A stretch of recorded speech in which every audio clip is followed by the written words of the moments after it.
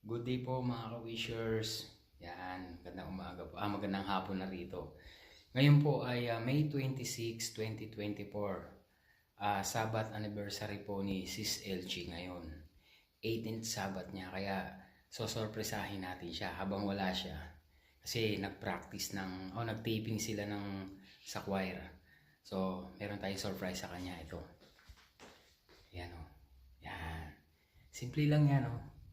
Konting chocolates, tapos yung macarons, tapos mayroon tayong iced tea. So, hintayin natin siyang makauwi. Maya-maya lang ha. Hintayin nyo. Surprise natin. Ciao! Andiyan na siya.